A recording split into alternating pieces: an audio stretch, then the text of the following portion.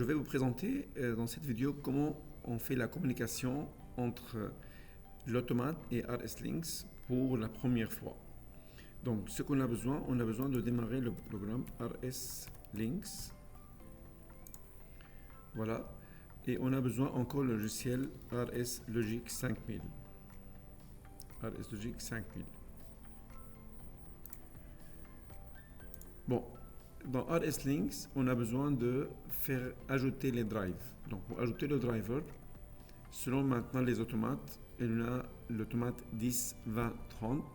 Ils ont besoin d'un driver spécial qui s'appelle Ethernet Devices. Donc on fait Ethernet Devices, Add. Ici on fait OK. Et après on doit ajouter l'adresse IP de notre automate qui est 172.23.83.10. Donc ça c'est la première automate. L'automate numéro 10. Bon, pour ceux qui ont le 20, il faut qu'ils ajoutent le 20. Pour ceux qui ont le 30, il faut qu'ils ajoutent le 30. Ça c'est juste pour les 3 premières automates. On fait appliquer, OK. Si maintenant je clique sur le petit plus ici, je dois voir les 3 automates ici. Ça prend un peu de temps, mais finalement j'ai l'automate. Et si je clique maintenant sur le plus, je vais voir le backplane. Backplane c'est le rack. Si je clique sur le plus, je vais voir toutes les slots et les cartes. Donc si vous regardez maintenant le input 0, c'est celui-là, carte input. Ça c'est la carte output. Ça c'est encore une autre carte de output.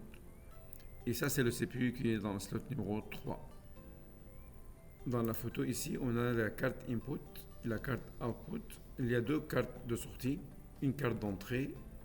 Lui maintenant c'est le CPU. La carte à côté ici, c'est la carte de réseau. Après, vous avez une autre carte analogique, encore une autre carte de réseau, carte Ethernet. Donc tout ça, c'est des cartes des réseaux qu'on peut rajouter. Donc les entrées-sorties sont raccordées avec le input et le output.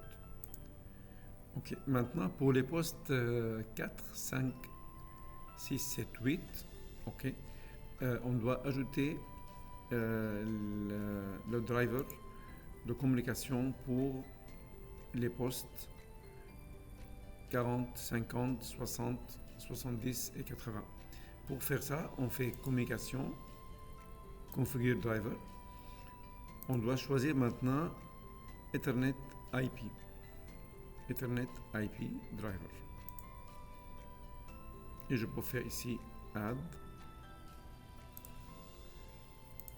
Ici maintenant, j'ai plusieurs choix de carte réseau. Il faut choisir la carte réseau qu'on communique avec notre réseau local.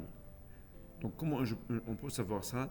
C'est l'adresse IP qui nous indique ça. Donc vous avez l'adresse IP 172.23.6.8. Ça c'est la carte réseau. Parce que j'ai d'autres cartes réseau, mais je ne vais pas le choisir. On choisit juste la carte réseau qui communique avec les automates. C'est celui-là. On fait OK. Fermé.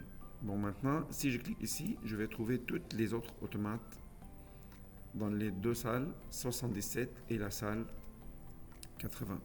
Donc 83, parce que si on est dans la salle 83, 77 parce qu'on est dans la salle 77. Donc on a ici, comme on voit, à partir de l'automate 40.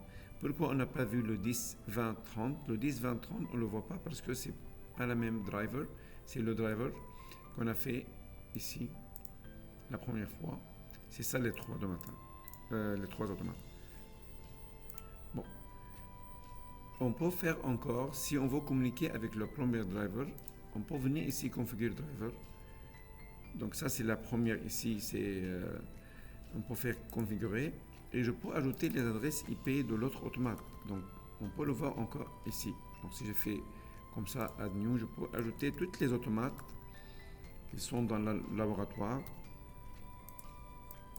pour qu'ils soient communiqués avec le même driver qui s'appelle Ethernet Devices. 70 et vous avez ici le 80.